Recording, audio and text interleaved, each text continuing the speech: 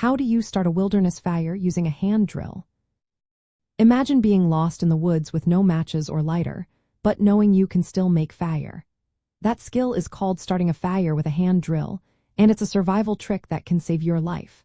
This method uses friction between two pieces of wood to generate enough heat to create an ember.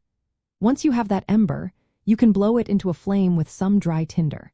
It takes patience and practice, but it's a powerful way to make fire when modern tools aren't an option. First, you need two main pieces of wood, a spindle and a hearthboard. Both should be dry and dead.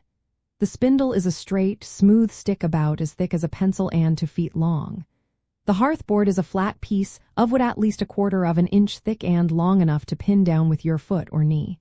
The key is to pick the right wood. Good spindle woods include dried stalks of plants like cattail, horseweed, or thistle. For the hearthboard, soft woods like cedar, willow, or cottonwood work best.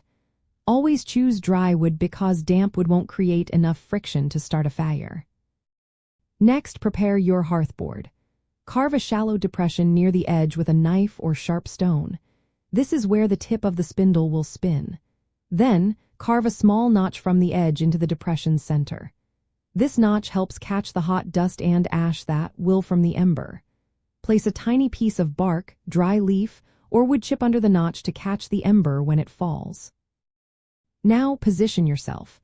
Kneel or sit with the hearthboard pinned to the ground by your foot or knee.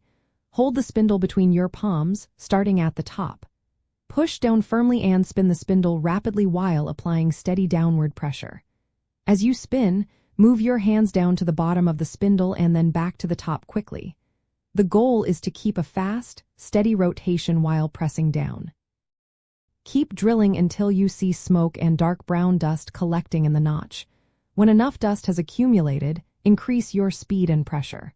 If you see smoke and the dust starts to glow or smolder, you've made an ember. If not, keep going. The heat from the friction will eventually ignite the dust, creating that tiny glowing ember. Once you see the ember, carefully lift the hearthboard and tap it gently to let the ember fall onto your prepared tinder.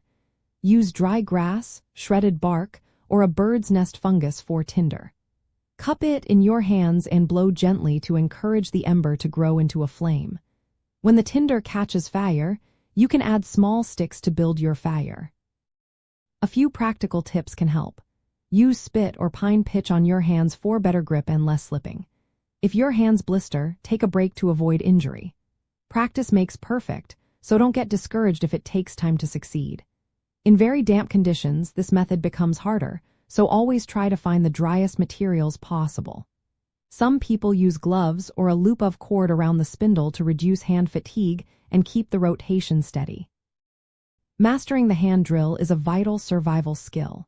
It teaches you how to create fire with minimal resources, which can be a lifesaver in emergencies. Knowing which woods work best and how to position your body efficiently will greatly increase your chances of success.